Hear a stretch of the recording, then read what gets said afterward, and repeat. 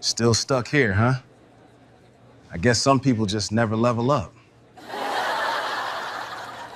The office was buzzing when he walked in. Her ex, now a guest consultant, wearing that same smug grin he'd always had. In front of her colleagues, he started his little performance. "Still stuck here, huh?" He sneered loud enough for everyone to hear. "I guess some people just never level up." Laughter rippled through the room. She stood there, cheeks burning, holding back tears as he mocked her clothes, her job, even their past. It was cruel, calculated, and everyone watched. Then the glass doors opened. Silence fell. Her husband, the billionaire, CEO, walked in. His eyes locked on the ex. One glance was enough to make the man's smirk falter. Within minutes, the entire room witnessed a public reckoning no one would ever forget. This is the story of workplace humiliation, quiet power, and a twist that made him pay dearly. What do you think happened next? Hello, family. Welcome back. Before we begin, I have a small but heartfelt request, please. Subscribe. Your support is what keeps these stories alive. Every time you click that button, you're helping us share voices that would otherwise be forgotten and stories that deserve to be heard. And in the comments, tell us where you're watching from, because together we are not just telling stories, we are keeping hope alive. This is a fictional folktale created for mature viewers. All characters are adults. This channel does not depict or involve minors. The office was buzzing long before the meeting even started. Phones rang, keyboards clicked, voices blended into that low hum that always filled the air, right before something big happened. Clara Hayes sat at her desk, her fingers tight around her coffee mug. The email sat open on her screen. Subject: guest consultant joining Monday. Message: please welcome Mr. Ethan Cross, who'll be assisting us with the new marketing strategy review. Her stomach twisted. Ethan Cross. That name she'd buried in the back of her mind. The one she swore she'd never hear again. She stared at the screen for a long moment, her chest heavy. Her fingers trembled as she reached for the mouse and closed the email.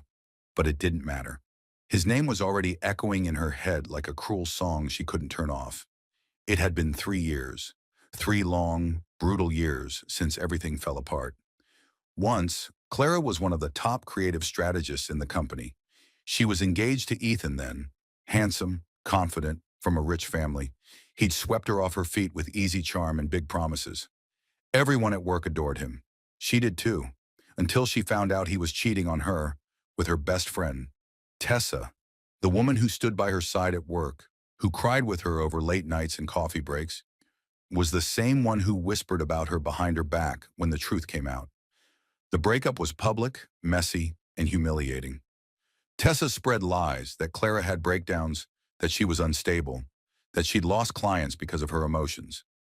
By the time it was over, Clara had lost more than her fiancé. She lost her reputation, her confidence, her friends. 3 years later, she'd rebuilt her life quietly, piece by piece. She didn't climb as high as before, but she had a stable job, a small, respectful team, and a peaceful routine. Until that email. She told herself maybe it wasn't the same Ethan. There had to be hundreds of Ethan Crosses in Chicago, right? But deep down, she knew. Life wasn't that kind. Monday morning came too fast. The sun outside was bright, but the light felt harsh. Clara arrived early, hoping to avoid the tension brewing in her stomach. She checked her hair, her blouse, her presentation slides, again and again. Her colleague Jenna walked up to her desk. "Hey, heard the big boss sent some consultant down to shake things up." Jenna grinned. "You nervous?" Clara forced a smile. "A little." "You'll be fine. You're one of the best here," Jenna said before rushing off. Clara wished she believed that. By the time everyone gathered in the meeting room, her palms were already sweating. She looked around the glass-walled conference room, the polished tables, the smell of expensive coffee, the hum of nervous laughter. Then the glass door opened, and there he was. Ethan Cross, older now, his hair shorter, streaked with gray at the temples, the same smug grin on his lips, the same air of confidence that made everyone stop and pay attention. He looked straight at her. His eyes narrowed for just a second before he smiled that fake, charming smile. "Good morning, everyone," he said, smooth as ever. Nice to see some familiar faces. Familiar. The words stung like salt in a wound. The room welcomed him with polite nods. Clara sat still, her heart pounding. He glanced at her again, just long enough to make sure she knew he saw her. That grin widened slightly. "Oh," he said, pretending surprise. "Clara Hayes. Wow, long time, huh?" Her stomach dropped.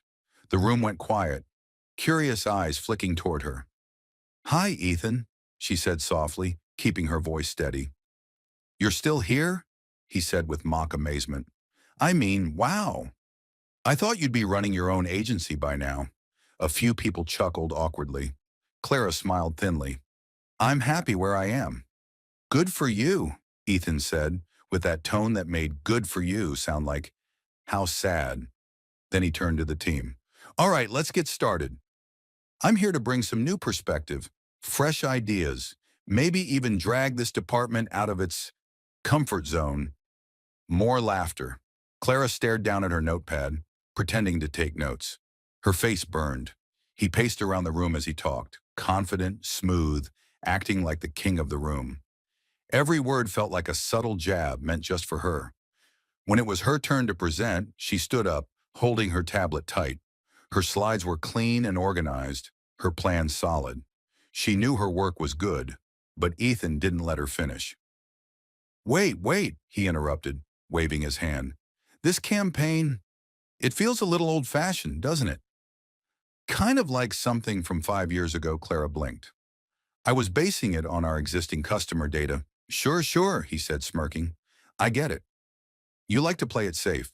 But we're supposed to be innovating here, not recycling." A few people chuckled again. She could see the smirks, the stolen glances. Her throat tightened. "It's not recycled. It's built on proven—" "Relax," he said, laughing. "Don't get defensive. I'm just saying some people are afraid to evolve." The words hit harder than he probably realized. Or maybe he knew exactly what he was doing. He leaned back against the table, eyes locked on her. "You still working here, Clara? I thought you'd be married by now." The room erupted in nervous laughter. Her chest constricted. Her fingers dug into the tablet. The sound of laughter bounced off the glass walls, closing in on her. Her voice failed. She wanted to walk out, but her legs wouldn't move. Ethan grinned, clearly enjoying himself. "No offense, of course. Just curious. You always said you wanted a family, right?" Guess work got in the way. Her cheeks burned. Her heart pounded so hard she could hear it. "Enough," she whispered, but no one heard. He tilted his head. "What was that?" She looked up, finally meeting his eyes. "I said that's enough, Ethan." The laughter faded. The room went still. For a moment, no one spoke. Then Ethan gave a little shrug. "Touchy, huh? I was just kidding. You used to have a sense of humor." Her boss cleared his throat. "Let's stay on topic, please." Clara sat down, her hands shaking. Her vision blurred for a second. She wanted to disappear. The silence that followed was worse than the laughter. And then, ding! The sound of the elevator cut through the tension. Heads turned toward the glass door. Clara barely looked up. She just wanted the day to end. Then she heard a voice. Calm, deep, controlled. "Am I interrupting something?" Her heart stopped. Every person in the room froze as the tall man stepped inside. Crisp suit, cold expression, eyes sharp as glass. Alexander Hayes, the billionaire founder of the parent company. The man no one ever saw in person unless something serious was happening. And the man Clara had secretly been married to for 2 years. She hadn't told anyone at work. She didn't want special treatment or whispers or the kind of attention that turned respect into resentment. Alexander understood. He never pushed her to announce it. He respected her independence. Until now. He scanned the room slowly. His gaze landed on Ethan last. "Mr. Cross," he said evenly, "I wasn't aware we were entertaining comedy during work hours." Ethan froze, confused. "Sir, Alexander ignored him. His attention shifted to Clara. "Mrs. Hayes," he said softly, "you've done enough for today." "Go take a break," Clara's breath caught. Mrs. Hayes. He'd never called her that in public. The room went dead silent. Jenna's eyes widened. Someone dropped a pen. Ethan blinked, looking between them. Wait, Mrs. Hayes, he laughed nervously. You two know each other? Alexander stepped closer, calm and unhurried. He placed a protective hand on Clara's shoulder. More than he could ever understand. Ethan's color drained. Is there a problem? Alexander asked, voice quiet but dangerous. No, sir, Ethan stammered. None at all. Alexander nodded once, his expression unreadable. Good. Then we won't have to discuss your behavior further. For now, he turned to the rest of the room. Carry on. I'll be reviewing this department personally. Then to Clara. Come with me. She rose slowly, her heart pounding. Every eye followed her as she walked beside him, past Ethan, whose smug grin was gone, replaced by a look of something close to fear. The glass doors slid shut behind them.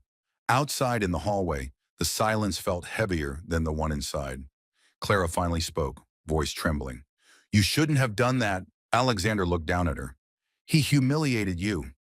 I told you I didn't want people to know about us, she said, trying not to cry. Now they'll think I'm only here because of you. They can think whatever they want, he said quietly. But no one laughs at you again. She looked away, biting her lip. You made it worse, Alex, he sighed softly. Maybe.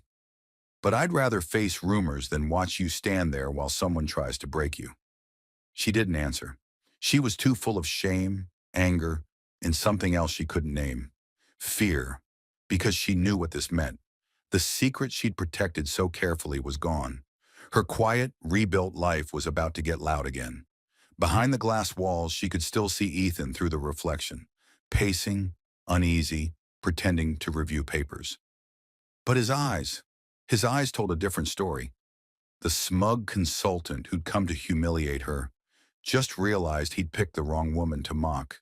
He didn't know it yet, but his world had just shifted. And deep down, even through her shame, Clara knew this wasn't the end. It was only the beginning. If you haven't subscribed yet, we'd love for you to join our community by hitting the subscribe button. Through our stories, we build hope and give a future to children and women who have been abused all over the world.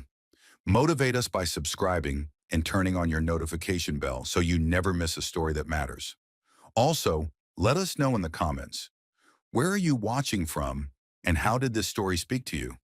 The city lights flickered against the glass walls of the penthouse, painting soft streaks of gold across the marble floors.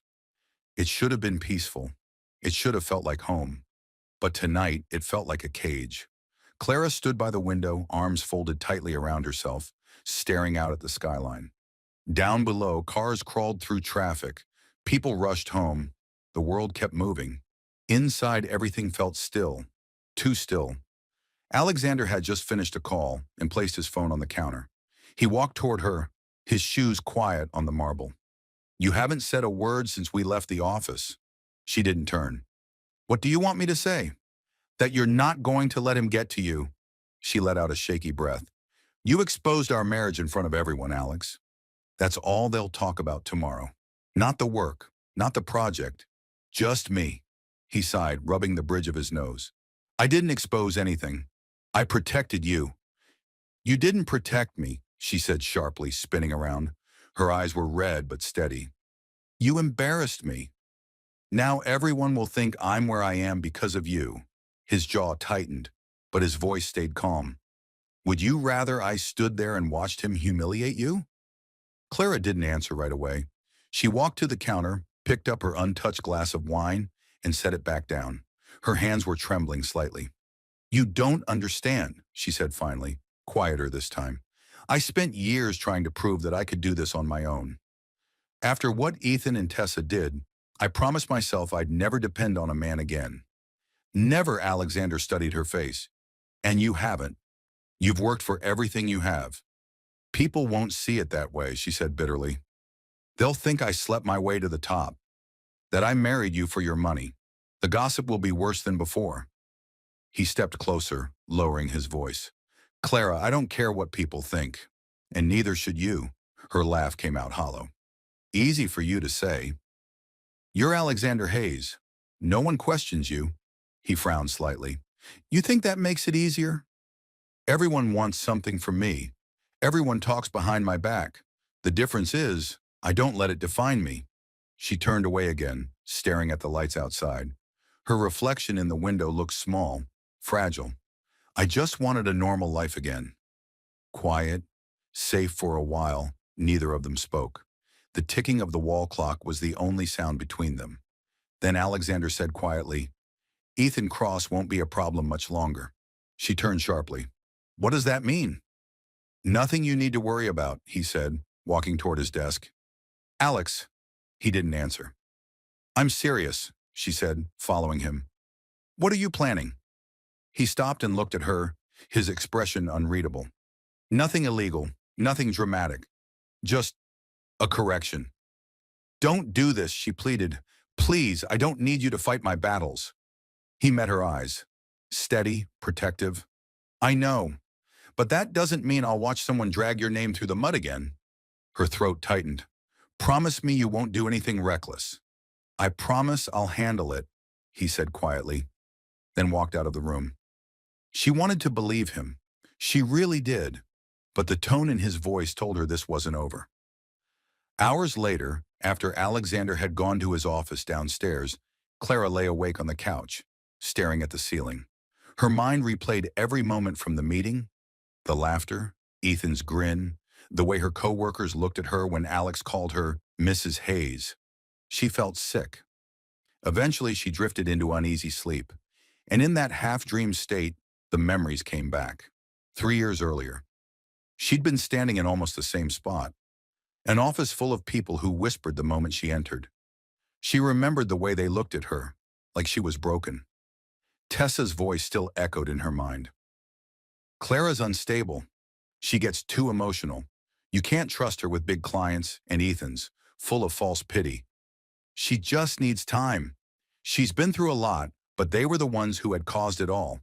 When the company fired her, no one defended her. No one believed her side. She'd walked out with her box of things while Ethan and Tessa stayed behind. Shining, successful, untouchable. That day, she swore to herself she'd never let another person define her worth. Never again." The sound of Alexander's voice pulled her back to the present. He was in his study, talking on the phone. His voice was low, calm, but there was steel in it. Clara got up quietly and moved closer to the door. "Michael," Alexander said, "I want a full report on Ethan Cross and his firm. Financials, contracts, everything." There was a pause, then he continued. "Yes," discreetly. "I don't want it traced back to us." Clara froze. Alexander's voice hardened slightly. "No, I don't ruin people, Michael. I expose them." "There's a difference," he hung up. Clara stepped back quickly before he opened the door. He stopped when he saw her standing there. "Couldn't sleep." She shook her head, pretending she hadn't heard. "Just getting some water." He nodded slowly. "You're still upset." "I'm just tired," she said softly. He reached out, brushed a loose strand of hair from her face. "Then rest. Tomorrow will be better." But she didn't believe that, because she'd seen something in his eyes she hadn't seen before. A quiet, dangerous determination. The next morning, Clara tried to lose herself in work, but the whispers had already started. People smiled too politely. Conversation stopped when she walked into the room. She could feel it, the weight of gossip pressing on her from all sides. "She's married. No wonder, guess she played the long game." Every whisper was a knife. She'd have got the boss. Promoted. When she checked her inbox, a new email was waiting from an old name. From Tessa, subject, "Hey, stranger." Her hand froze over the mouse. She hesitated, then opened it. "Hey, Clara. I just heard about yesterday." "Wow. What a surprise. I had no idea you were married to Alexander Hayes." "Good for you. Must be nice having that kind of protection, huh? Anyway, just wanted to say congrats on your success. We should catch up sometime." Clara stared at the message, her jaw tightening. Every line dripped with fake sweetness. She didn't reply, but a few hours later her phone rang. Unknown number. She answered anyway. "Hello? Clara!" Oh my God, it's been forever. That voice, still smooth, still syrupy. "Tessa," she said flatly. "I just wanted to check on you," Tessa continued. Saw a post online about your new consultant. I had no idea it was Ethan until yesterday. What are the odds, right? Clara said nothing. Tessa laughed lightly. Must have been awkward, huh? Clara took a breath. What do you want, Tessa? Oh, nothing. Just thought I'd reach out. Maybe we could grab coffee, clear the air? There's nothing to clear, Clara said coldly. Come on, Clara. Don't be like that. We were friends once. Friends don't destroy each other's lives, Clara said. There was a pause. Then Tessa's voice dropped, losing the fake cheer. You always were dramatic, she said softly, but you should be careful. Ethan's got big plans for that company. You wouldn't want to be in his way again. Clara's stomach turned. What are you talking about? But Tessa had already hung up. That night, Clara couldn't shake the unease.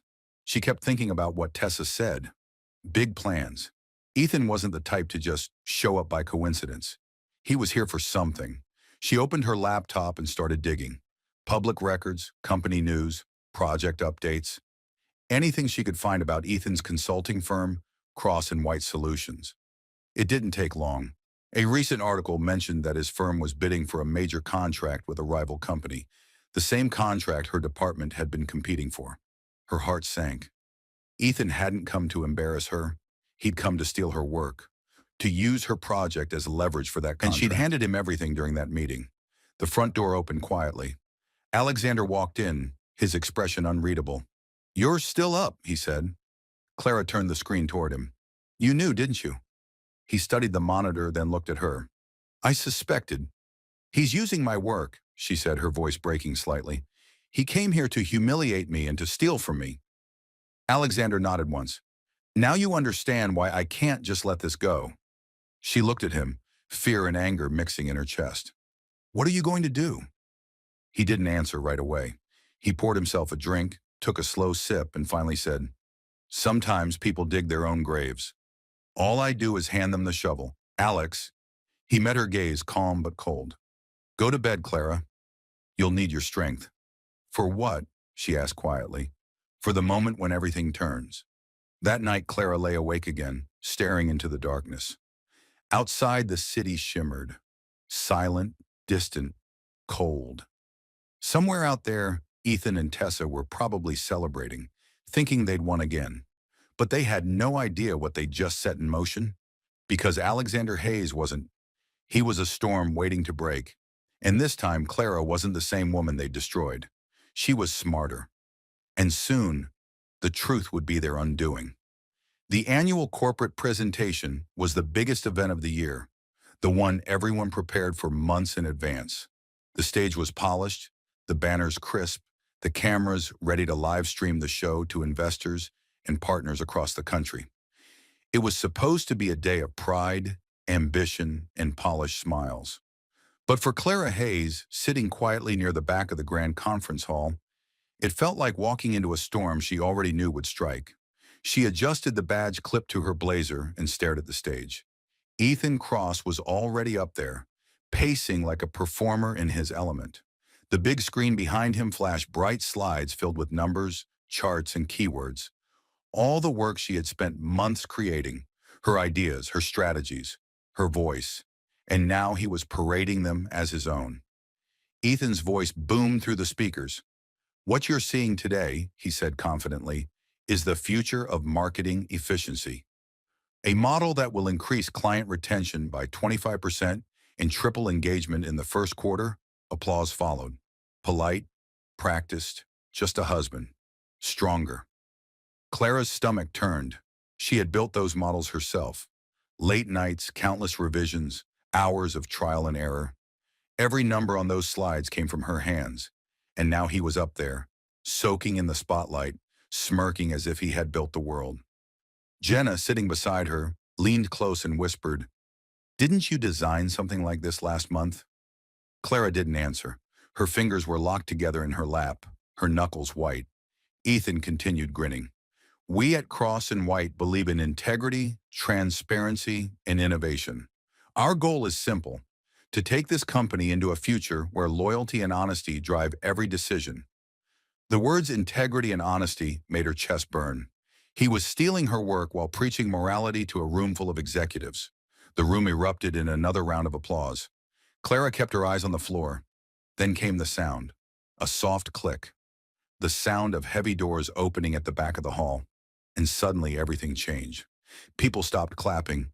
Heads turned. Alexander Hayes stepped inside, calm and composed, flanked by two members of the corporate security team. He was dressed in a black suit, simple but commanding. His face carried no anger, just quiet certainty. Ethan froze mid-sentence. "Mr. Hayes." Alexander walked slowly toward the stage, his footsteps echoing through the sudden silence. "Before we continue," he said, his voice steady and deep, "there's something we need to clarify." The room went still. Technicians at the back shifted nervously as the big screen flickered. Ethan glanced toward them, confused. "Sir, I'm not sure what you—" Alexander raised a hand, cutting him off. "You've done quite a presentation, Mr. Cross. Impressive slides. Strong data." "Thank you," Ethan said cautiously. "Except," Alexander continued, "there's one small issue." The screen behind Ethan changed again. This time, it wasn't slides. It was a screenshot, an email thread. Ethan's name at the top, with attached files labeled marketing underscore concept underscore C Hayes underscore V5. A murmur rippled through the crowd. Ethan's confident smile faltered. That's not what it looks like." "Oh, it's exactly what it looks like," Alexander said evenly. "Every slide you've shown today was created by Mrs. Clara Hayes, one of our department leads. You downloaded them illegally from her work account 2 weeks ago." Gasps filled the room. Ethan turned toward the audience, his face pale. "That's absurd." "I didn't." The screen shifted again, this time showing timestamps, login records, and emails between Ethan and Tessa Graham. Clara felt her stomach twist. Tessa. Alexander continued, his tone quiet but sharp. "Here's where it gets interesting. Mr. Cross didn't just steal intellectual property. He also sold internal data to a competing firm last month. The same firm bidding for our upcoming contract." The entire boardroom erupted in whispers. Executives leaned forward, shocked. Ethan shook his head, sweating now. "That's not true. Someone's setting me up." Alexander looked unmoved. "Really?" "Because the payment trail leads directly to your company account." He nodded toward one of his security staff, who handed him a printed document. He glanced at it once, then looked back up. "Mr. Cross," he said coldly, "you talk a lot about loyalty and integrity. I find it curious, given that you sold confidential data to our competitors last month." The hall went silent. For a moment, Ethan stood frozen, his mouth opening and closing, but no sound came out. "Sir, I don't," Alexander said quietly. "You've said enough." He turned to the audience. "Ladies and gentlemen, I'd like to make one more thing clear. When you mock someone in public, when you humiliate them, remember, you never know who's watching." His eyes locked on Ethan's. "Before you insult my employee again, perhaps you should know. She's my wife." The room went dead silent. Clara lifted her head, finally meeting Ethan's stunned eyes. There was no anger on her face, just calm, the kind that comes from surviving worse than this. Ethan's lips parted in disbelief. "Your wife?" "Yes," Alexander said simply. "And unlike you, she earned her place here." The silence hung thick in the air. Then someone at the back started clapping. One by one, others joined. The sound filled the hall like rolling thunder. Ethan stood still, his eyes wide as security approached him. "Mr. Cross," Alexander said, his tone polite but final, "your contract with our company is terminated effective immediately. Our legal department will contact you about the charges." Ethan's face went red, then white. "You can't do this. You have no proof." Alexander turned toward the screen again. "You're right. Let's check one more file, shall we?" He nodded to the technician. Another set of emails appeared, this time between Ethan and Tessa Graham. The subject lines were clear: payment confirmation, data transfer, Clara's project files. Clara's breath caught. The betrayal was complete. Ethan froze, reading the words that condemned him. Alexander's voice didn't rise. It didn't need to. It seems your partner wasn't as discreet as you thought. She left a digital trail, and it leads right to both of you." Ethan turned pale. "Tessa," he whispered. But the damage was already done. Within minutes, Ethan was escorted off the stage. His voice cracked as he tried to protest, but no one listened. The audience watched in stunned silence as the man who had strutted in with arrogance was led out with nothing but shame. Clara sat still, her heart pounding. She didn't smile. She didn't gloat. She just breathed, deeply, slowly. Alexander turned to the audience again. "Let this be a reminder," he said calmly. "Talent deserves respect, and theft has consequences." Then, with one last look at the door where Ethan had disappeared, he said quietly, "This presentation is over." After the meeting, the company buzzed like a shaken hive. Word spread fast. The scandal, the revelation, the fact that Clara Hayes wasn't just the quiet woman in the corner, but the CEO's wife and the real mind behind the project. Some people looked at her differently now, some with respect, others with guilt. Jenna approached her in the hallway. "Clara, I'm sorry," she whispered. "I laughed that day." "I didn't know." Clara stopped her gently. "It's okay." "You don't have to explain," Jenna shook her head. "No, you didn't deserve that." Clara gave her a small smile. "It's over now." But deep down, she knew it wasn't completely over. Not yet, because one part of her still hurt. The part that had once trusted Tessa like a sister. Later that evening, as the sun dipped behind the skyline, Alexander stood by his office window, watching the city light up below. Clara stepped in quietly. "You didn't have to go that far," she said softly. He turned to her, eyes calm. "Yes, I did. You embarrassed him in front of everyone." "He embarrassed you first," Alexander replied simply. "I just leveled the scale." She exhaled slowly, walking closer. "I didn't want revenge, Alex. I just wanted peace." He looked at her for a long moment, then said, "Sometimes peace only comes when the truth is spoken out loud." He reached out, brushing her hand lightly. "It's over." For a moment they stood in silence. Two people who had weathered a storm neither of them asked for. Then Clara whispered, "I thought I'd feel happy." "But I don't," Alexander's voice softened. "That's because you're better than them." She looked up at him, her eyes tired but calm. "I just wanted to move on." "And now," he said gently, "you finally can." When Clara left the office later that night, the building was quiet.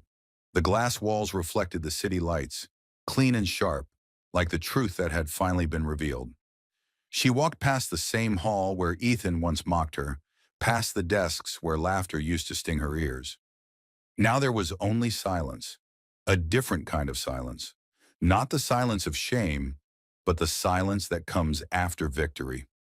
She stopped at the elevator, pressed the button, and glanced at her reflection in the mirrored doors. The woman looking back at her wasn't the same one who'd stood frozen in that room days ago. Her shoulders were straighter, her eyes steadier. She had been humiliated, broken, underestimated, but she had endured. And as the elevator doors closed, she realized something important. She didn't need to destroy anyone to win. The truth had done that for her. The morning light spilled gently through the cafe windows, touching everything with a golden calm. The world outside was already alive. Cars rolled past, people hurried to work, cups clinked against saucers. But inside, the atmosphere was quiet and soft, peaceful. Clara Hayes sat near the corner table, a steaming cup of coffee beside her laptop. Her hair was pinned neatly, her posture relaxed, her eyes focused. For the first time in years, she wasn't running from anything. She wasn't proving herself to anyone. She was simply being. It had been 3 weeks since the storm, the presentation, the exposure, the scandal that spread through every corner of the corporate world. Ethan Cross's name had been dragged across headlines, his firm under investigation for fraud and data theft. Tessa Graham had disappeared from public view after her husband's company pulled all funding and cut ties with her. Clara hadn't spoken to either of them since. She didn't need to. Instead, she'd been building something new. The Phoenix Foundation, a mentorship program for women who had faced workplace humiliation, manipulation, or abuse of power.